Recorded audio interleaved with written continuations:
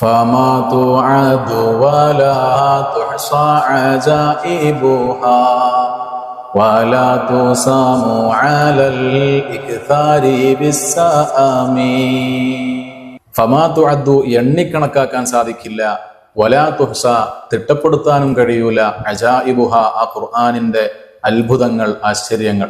വലാ തുസാമു ബിസ്സഅമി അതൊരിക്കലും മടുപ്പുണ്ടാക്കുന്നതല്ല, അലൽ ഇക്താരി കൂടുതൽ പാരായണം ചെയ്യുന്തോറും ഒരു മുഅ്മിനിന്റെ ഹൃദയത്തിൽ അതൊരിക്കലും മടുപ്പുളവാക്കുന്നില്ല. അപ്പൊ ഖുർആൻ എന്ന് പറഞ്ഞാൽ അത് അത്ഭുതങ്ങളുടെ കലവറയാണ്. ഓരോ ആയത്തിലും ഓരോ അക്ഷരത്തിലും അല്ലാഹു സുബ്ഹാനഹു വ തആല ഒളിപ്പിച്ചു വെച്ചിരിക്കുന്ന സിറുകൾ നമ്മൾ പഠിക്കുകയാണെങ്കിൽ അത് തന്നെ ഒരു പരിധിവരെ മാത്രമേ നമുക്ക് പഠിക്കാനും അറിയാനും കഴിഞ്ഞിട്ടുള്ളൂ. ബാക്കി ഒരുപാട് സിറുകൾ അല്ലാഹു സുബ്ഹാനഹു വ തആല ഒളിപ്പിച്ചു വെച്ചതാണ്. ബിസ്മിയിലെ ബാഇന് പോലും ഒരുപാട് രഹസ്യങ്ങളുണ്ട് എന്ന് മഹാന്മാർ പഠിപ്പിക്കുന്നത് കാണാൻ കഴിയും.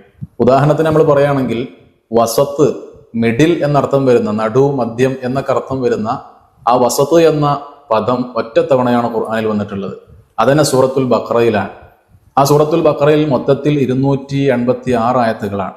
ആ 286 ആയത്തുള്ള ആ സൂറത്തു ബഖറയിൽ ഈ വസത്ത് എന്ന പദം വന്നത് 143-ാമത്തെ ആയത്തിലാണ്. എന്ന് പറഞ്ഞാൽ 143-ാമത്തെ ആയത്ത് എന്ന് പറഞ്ഞാൽ ബഖറയുടെ ഏറ്റവും നടുവിലത്തെ ആയത്താണ്.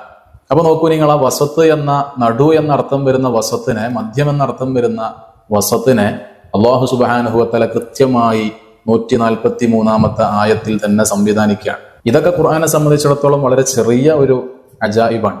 എന്നാൽ ഇതിന്റെയും അപ്പുറത്ത് ശാസ്ത്രീയമായ ലോകത്തും അതുപോലെ തന്നെ സാഹിത്യ രംഗത്തും അതുപോലെ തന്നെ സാമൂഹിക രംഗത്തും ഇങ്ങനെ തുടങ്ങി ഒട്ടേറെ അത്ഭുതങ്ങൾ സൃഷ്ടിച്ചുകൊണ്ടിരിക്കുന്ന ഒരു ഗ്രന്ഥമാണ് പരിശുദ്ധമായ ഖുർആൻ. അതുപോലെ തന്നെ ഒരു മുഅ്മിനായ മനുഷ്യൻ ആ ഖുർആനിനെ പാരായണം ചെയ്യാനിരുന്നാൽ ഓതിയാലും അതിവരാത്ത നിലക്ക് ഒരു മധുരം അവന് കിട്ടിക്കൊണ്ടിരിക്കുകയാണ്. ഒരിക്കലും അവനിൽ മടുപ്പുളവാക്കുന്നില്ല.